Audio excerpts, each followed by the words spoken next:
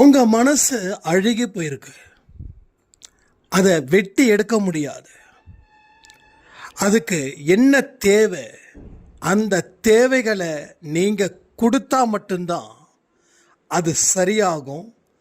அது சாயப்பாவை தேடி போகும், சாயப்பாவும் அதை தேடி வருவார். இது 100% நிரூபிக்கப்பட்ட உண்மை.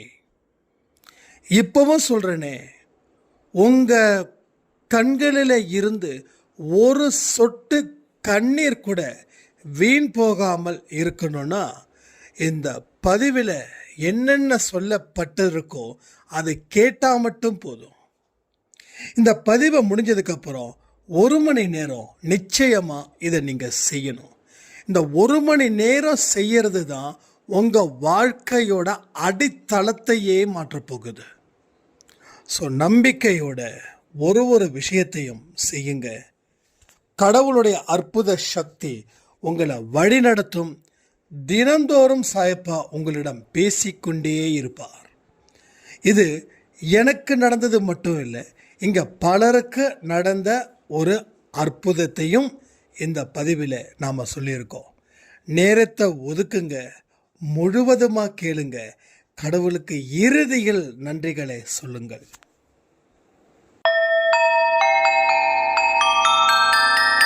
ஓம் சாயிரா சாயிரா, ஓம் சாயிரா சாயிரா, ஓம் சாயிரா சாயிரா, அன்பே சாயிரா, பேரன்பே சாயிரா, அகிலம் தளிக்க ஆத்மா விழிக்க அனுதினம் சாயிரா, எங்கள் அன்பே சாயிரா.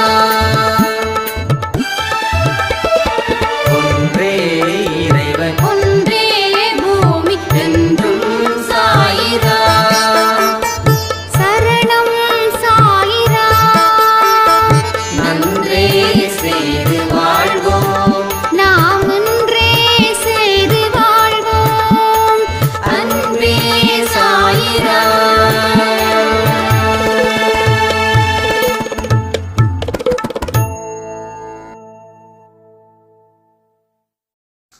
சாயிரா.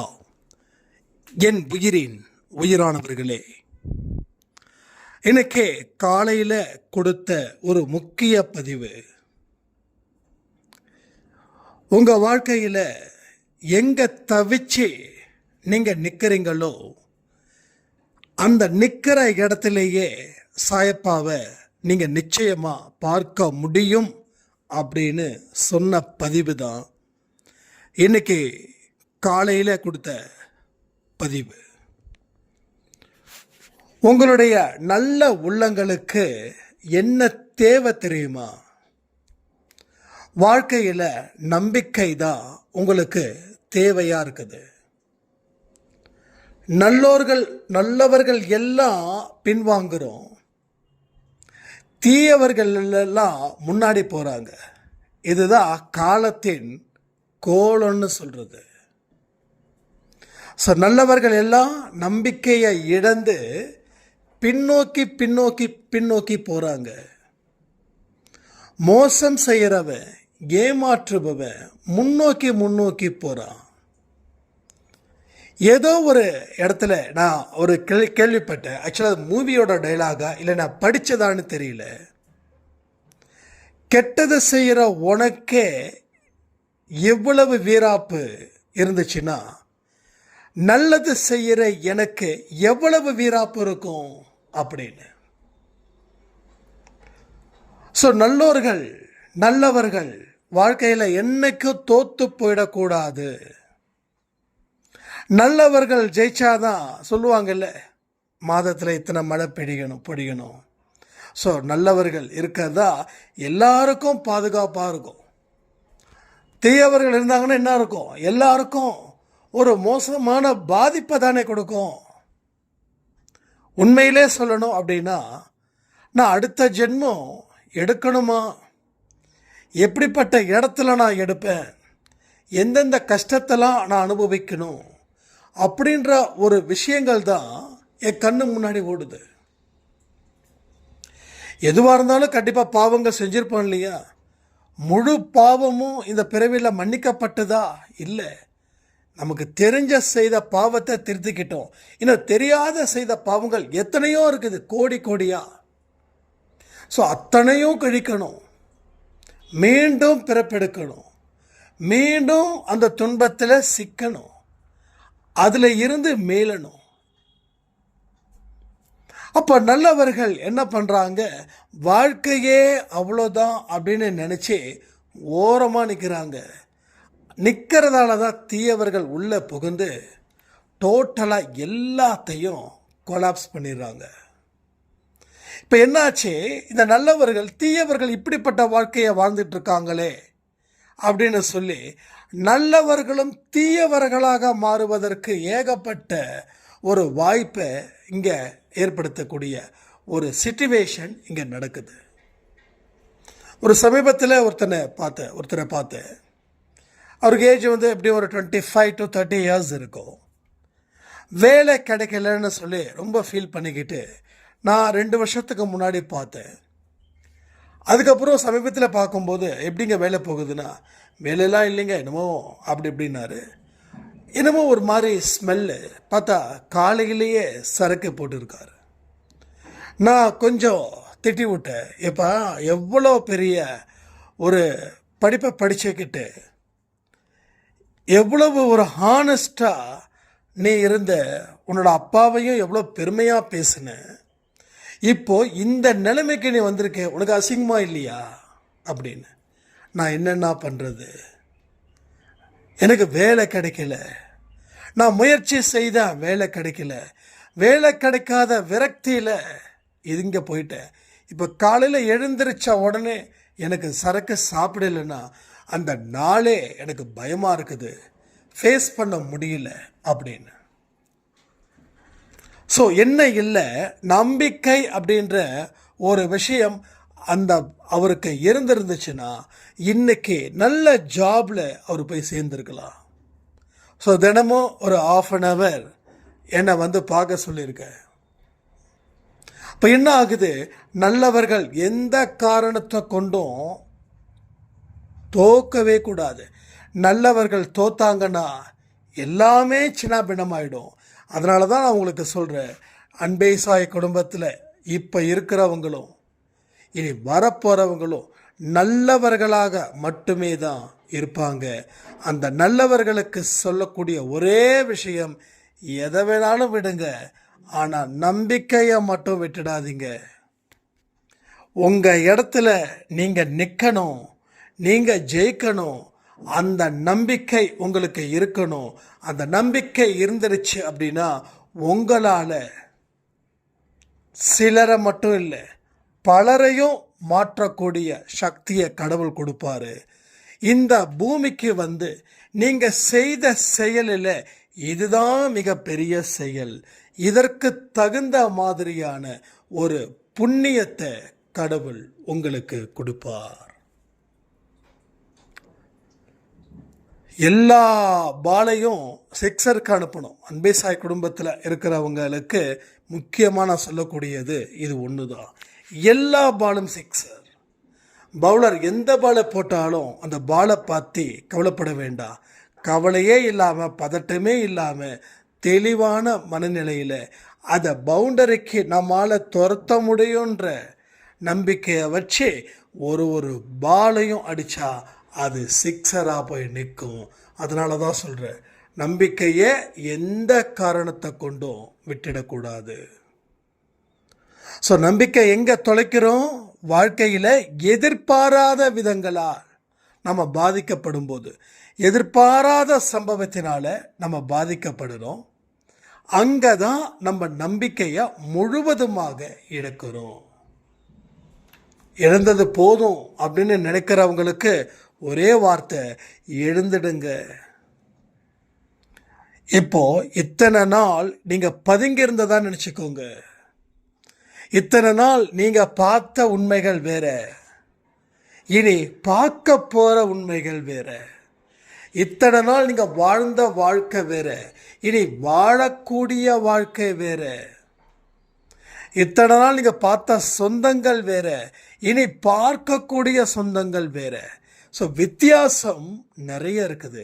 நீங்கள் நம்பிக்கையை வைத்து எழும்போது அதை கண்ணால் மட்டும் இல்லை, மனதால் மட்டும் இல்லை, உணர்வு ரீதியாக மட்டும் இல்லை, உங்களை சுற்றியும் அப்படிப்பட்ட ஒரு விஷயங்கள் தான் உங்களுக்கு இயல்பாகவே நடக்கும்.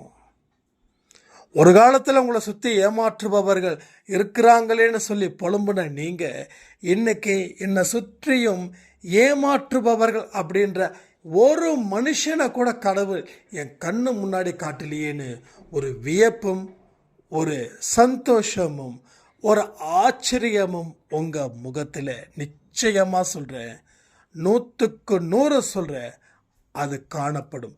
அப்படிப்பட்ட திடமான நம்பிக்கையான வாழ்க்கையை வாழ்ந்து நாம் சாதிக்க போகிறோமா? இல்லை, நம்பிக்கை இல்லை, என் வாழ்க்கையில் நம்பிக்கை இனி வராது, ஏன்னா எனக்கு நம்பிக்கையானவர்கள் எல்லாம் என்னை ஏமாத்திட்டாங்க, நம்பிக்கையானவர்கள் எல்லாம் என்னை அழ வச்சாங்க, நம்பிக்கை ஆனவர்கள் எல்லாம் என்னை கதற வச்சாங்கன்னு சொல்லி உங்கள் இருக்கக்கூடிய காலத்தை நீங்கள் ஓட்ட போகிறீங்களா? ஸோ அறிவாளியான குழந்தைகள் என்ன பண்ணுவாங்க? காலத்தை சரியாக பயன்படுத்தி வாழ்க்கையை பலப்படுத்துவாங்க. பட் எல்லா மனுஷங்களுக்கும் அந்த அறிவு இருக்குது. எங்கே இல்லை அப்படின்னா, எப்போ அந்த அறிவு மந்தமாக்கப்படுகிறதோ அப்பொழுது நம்ம வாழ்க்கையில் செயல்படும் வேகம் குறைகிறது, செயல்படும் வேகம் மந்தமாக்கப்படுகிறது. மந்தமாக்கப்படும் போது என்ன ஆகுது?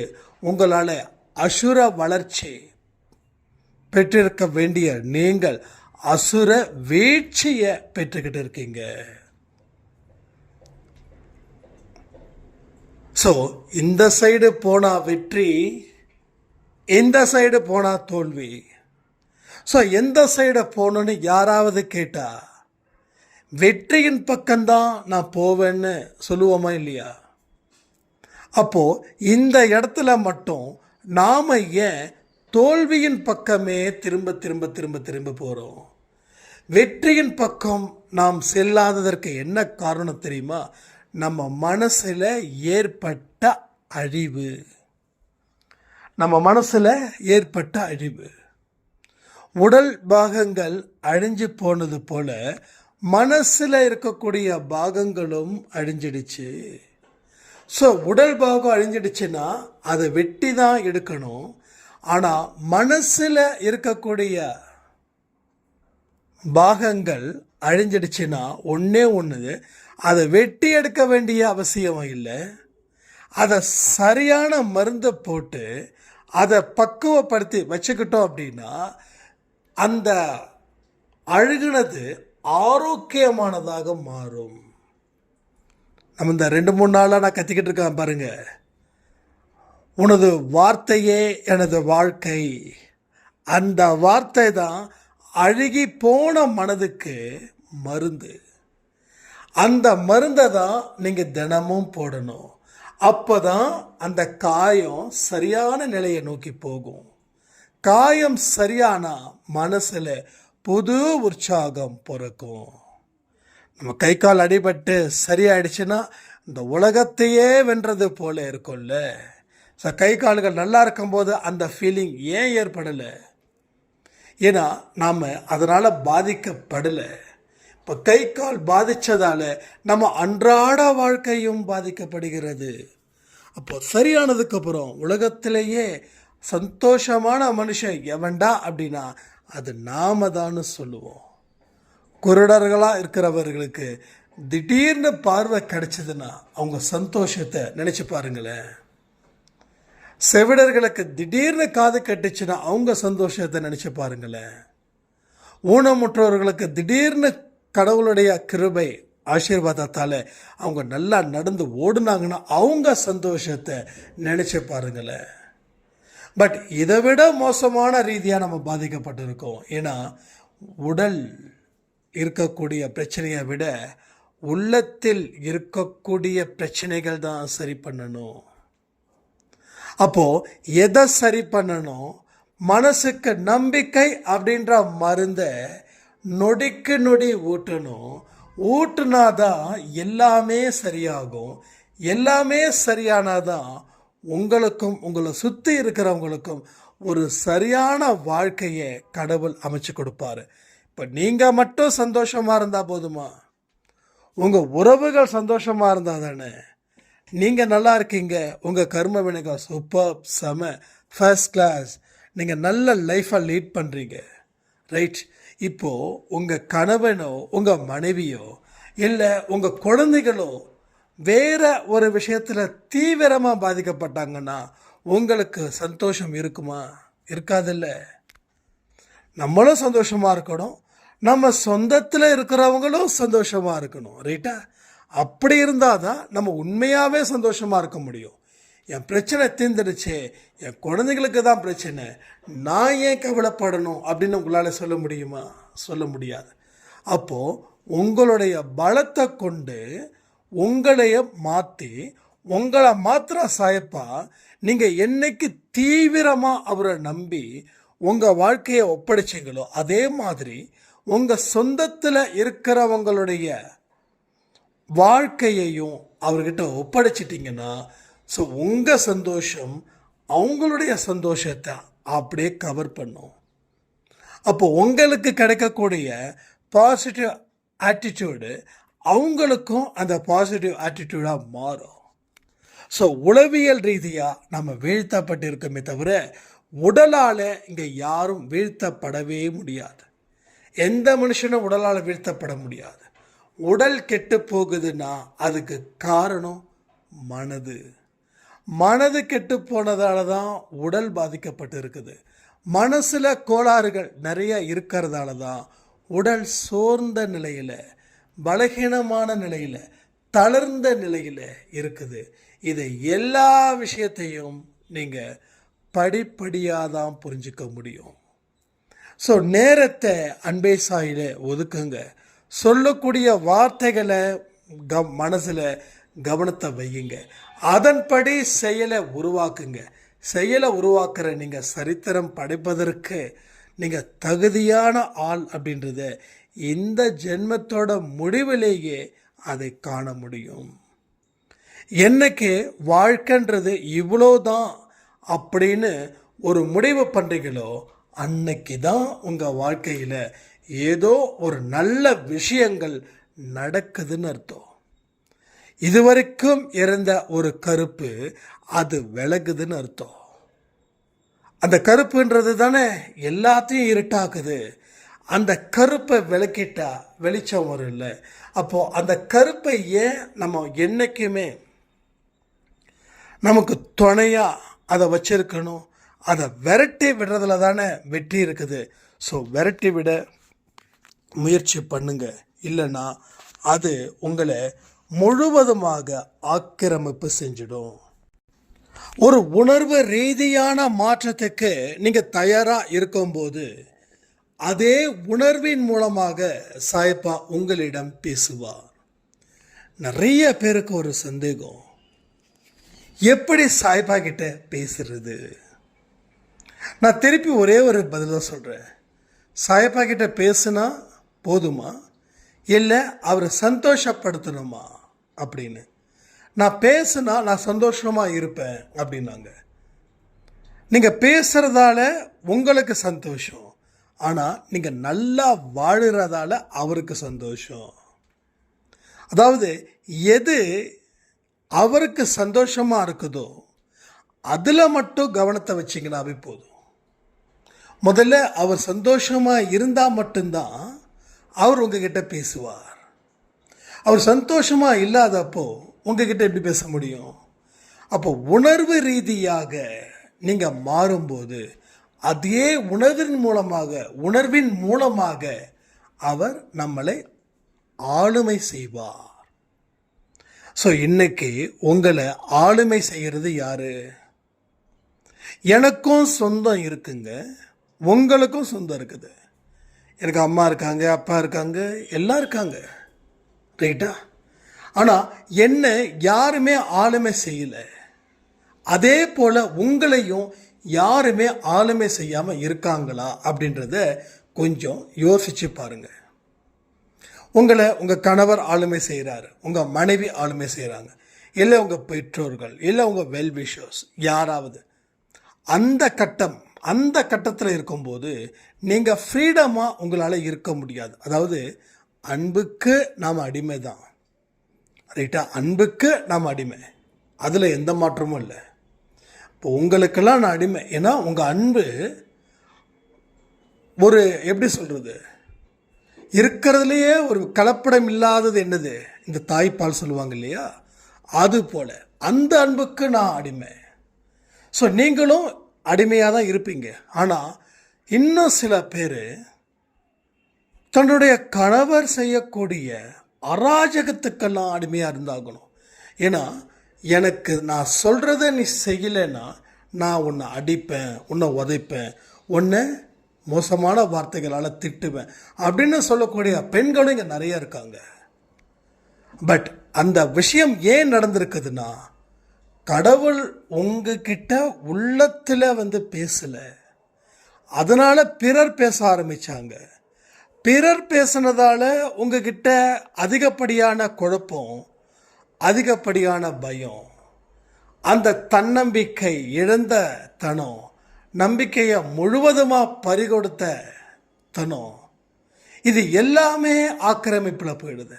பிறர் உங்களை ஆக்கிரமிப்பு செய்யறதால உங்களால் சரியான இலக்கை நோக்கி ஓட முடியல. 20 வயசில் இருந்த ட்ரீம் என்னன்னு கேட்டால் இப்போ நீங்கள் யோசிப்பீங்க. ஏன்னா உங்கள் வாழ்க்கையில் பல இடத்துல பல பிரச்சனைகளால் நொந்து போயிட்டீங்க. நீங்கள் நொந்து வெந்து கடைசியில் ஒன்றுமே இல்லாமல் போயாச்சு. ஸோ அன்னைக்கு இருந்த அந்த சந்தோஷம், அன்னைக்கு இருந்த அந்த சுறுசுறுப்பு இப்போ எங்கேயுமே இல்லை. நீங்கள் எவ்வளவுதான் தேடினாலும் அது உங்கள் கைக்கு கிடைக்கவே இல்லை. ஆனால் ஒன்று சொல்லட்டுமா, உங்கள் கைக்கு எட்டன தூரத்தில் தான் இருக்குது. திசையை மாற்றினா அது உங்களுக்கு கைக்கு கிடைக்கும். திசையை மாற்றலைன்னா அது உங்கள் கைக்கு என்றைக்கும் எப்பயுமே கிடைக்காது. ஸோ நாம் நினைக்கிறோம் இந்த திசையில் பயணம் செய்யணும், அந்த திசையில் பயணம் செய்யணும், இந்த திசையில் பயணம் செய்தாதான் வெற்றி அப்படின்னு. அது கூட யாரோ ஒரு மனுஷன் சொன்னது. ஆனால் கடவுள் திசையில் நீ ட்ராவல் பண்ணுன்னு எந்த மனுஷனாவது சொல்லியிருக்காங்களா?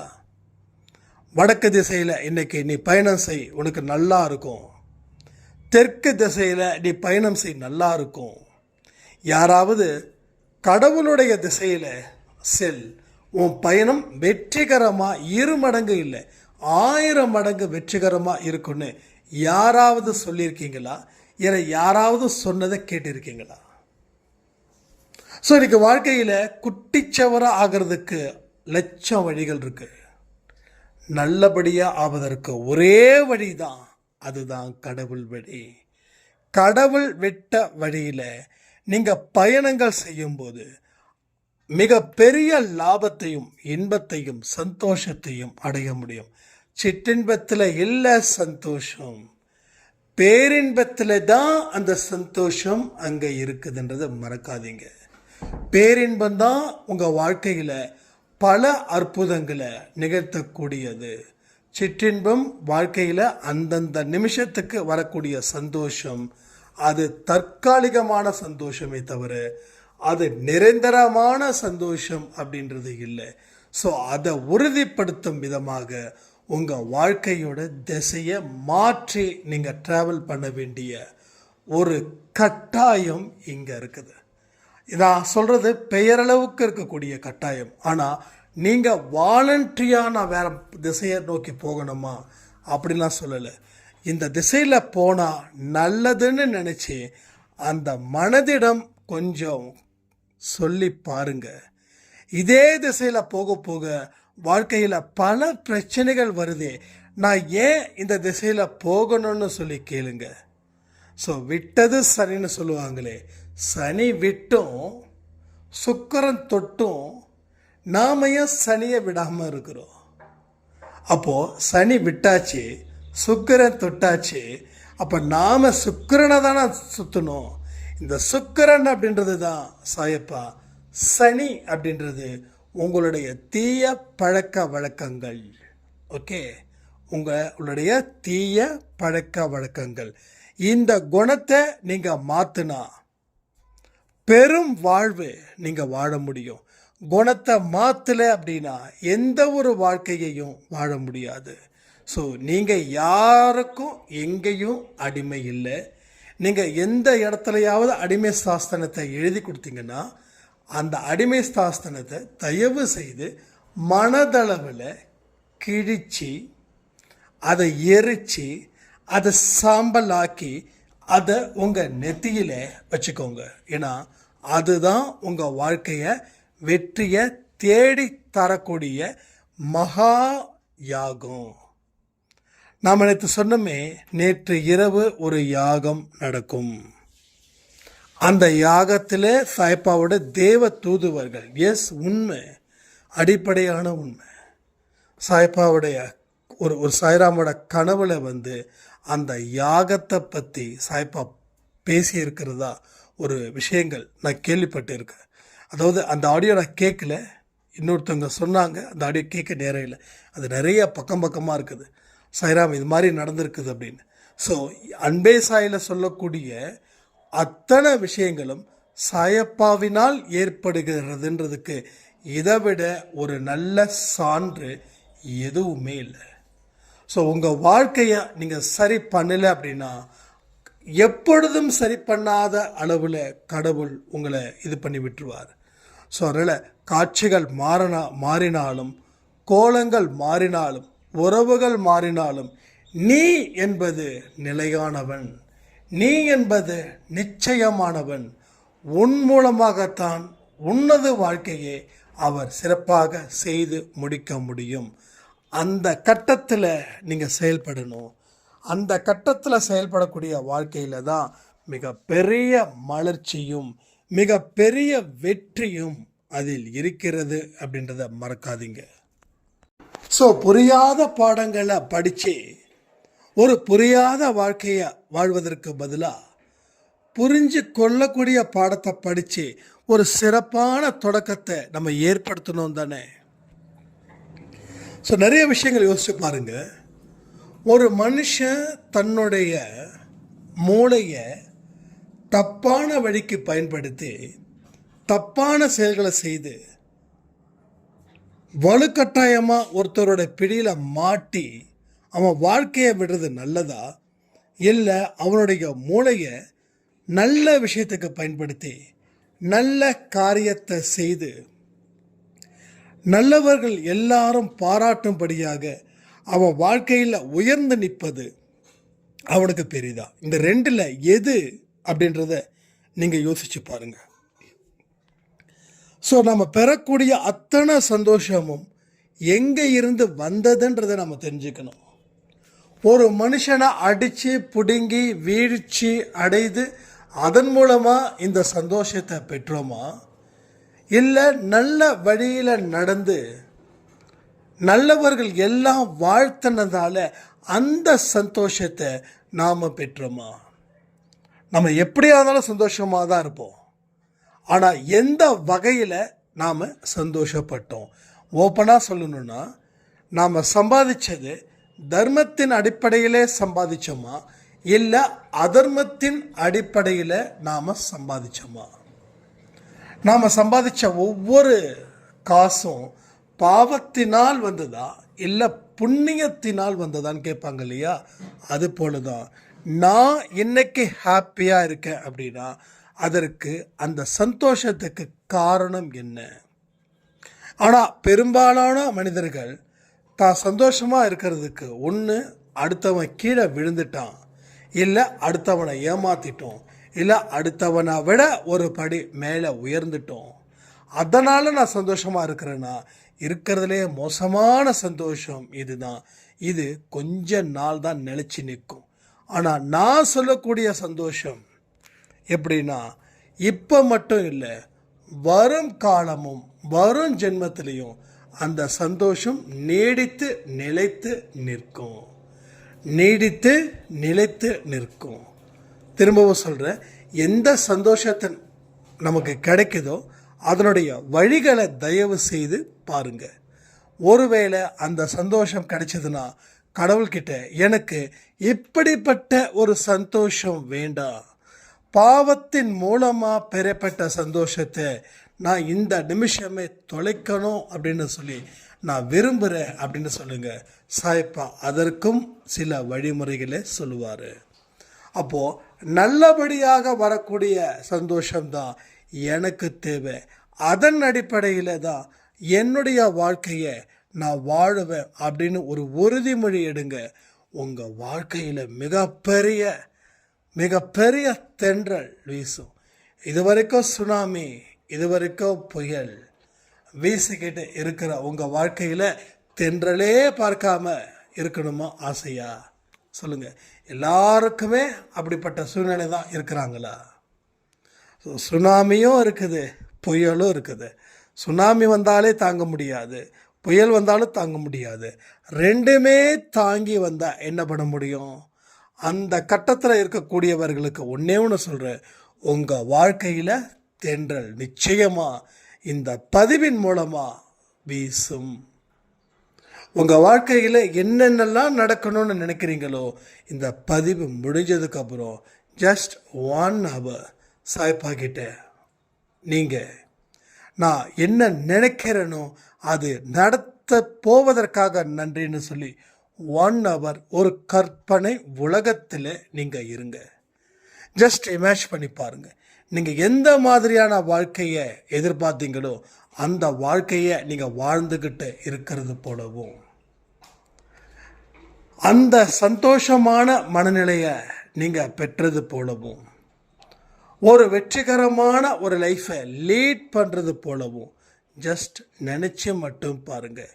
நீங்கள் எதை இந்த நிமிஷத்தில் நினைக்கிறீங்களோ அதுவாகவே நீங்கள் மாறுவீங்க. விவேகானந்தர் சொன்னது போல் உங்கள் எண்ணங்கள் என்னவோ அதுதான் நீங்கள்.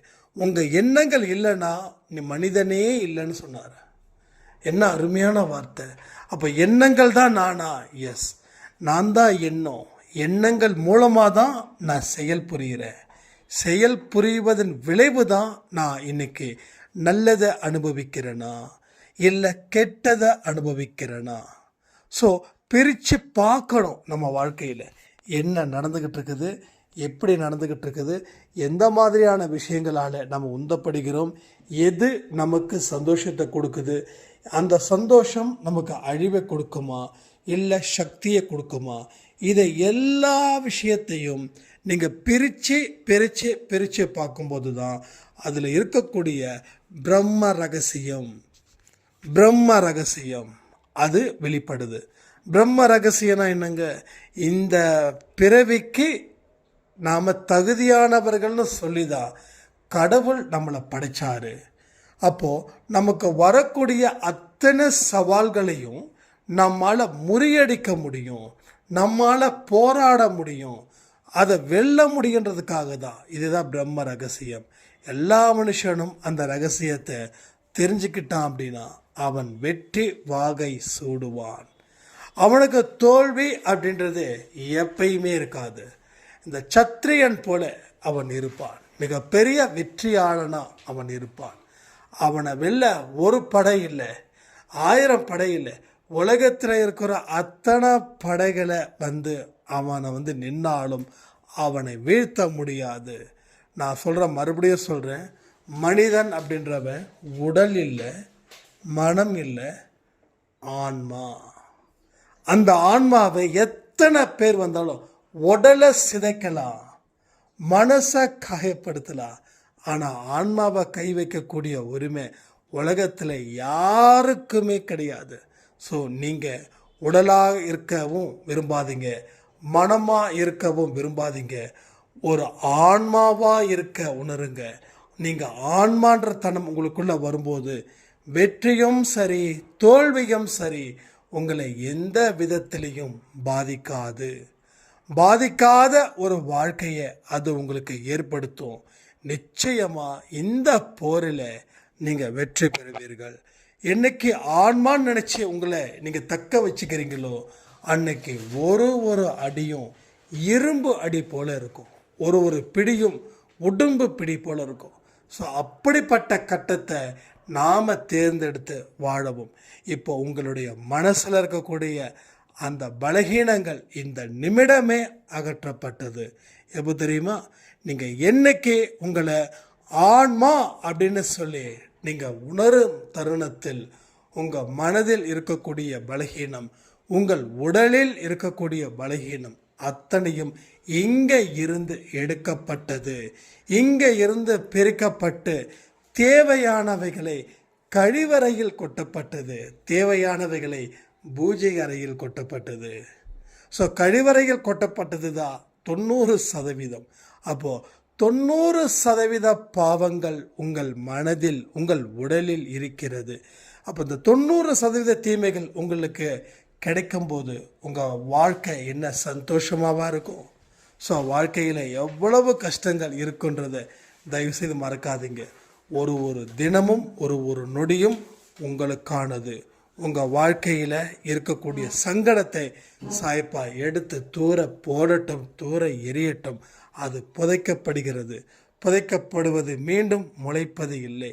உங்கள் பாவங்களை என்னைக்கு நீங்கள் அவர்கிட்ட ஒப்படைச்சிட்டிங்களோ, உங்களோட வாழ்க்கையை என்னைக்கு அவர்கிட்ட ஒப்படைச்சிட்டிங்களோ அன்னைக்கே எல்லாமே அக்கு வேறு ஆணி வேறையா பிரித்து பார்த்து எடுக்க வேண்டியதை எடுத்து கொடுக்க வேண்டியதை கொடுத்து உங்கள் வாழ்க்கையில் இன்னமும் தூய்மையாக்கி உங்களை சந்தோஷப்படுத்தி உங்களை திருப்திப்படுத்தி உங்களை வாழ்வாங்க சாய்ப்பா வாழ வைப்பார். சாய்ப்பாவை சாதாரணமாக நினச்சிடாதீங்க. அவர் ஒரு பெரிய அற்புதம், அவர் ஒரு அதிசயம். வாழ்க்கையில் எல்லா இடத்துலையும் அவரை தேடுங்க. தேடாத இடம் அப்படின்றது எதுவுமே இருக்கக்கூடாது. அப்பேற்பட்ட ஒரு விஷயத்தை நீங்கள் உருவாக்குங்க. நீங்கள் உருவாக்க உங்கள் வாழ்க்கையில் இருக்கக்கூடிய அற்புத சக்தி, அதிசய சக்தி, ஆன்மீக சக்தி, அன்பு சக்தி, நம்பிக்கை சக்தி, பொறுமை சக்தி பெருகட்டும்னு சொல்லி இந்த பதிவை நான் முடிக்கிறேன். ஜெய் சாய்ராம்.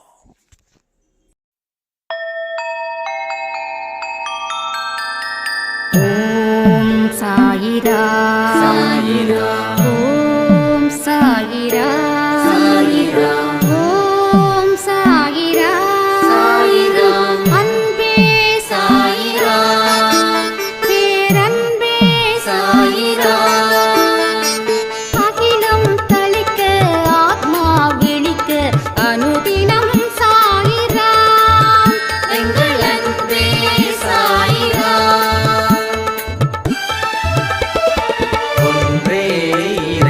ஒன்றே பூமிக்கென்றும் சாயிரா, சரணம் சாயிரா, நன்றே செய்து வாழ்வோம், நாம் ஒன்றே செய்து வாழ்வோம், அன்பே சாயிரா.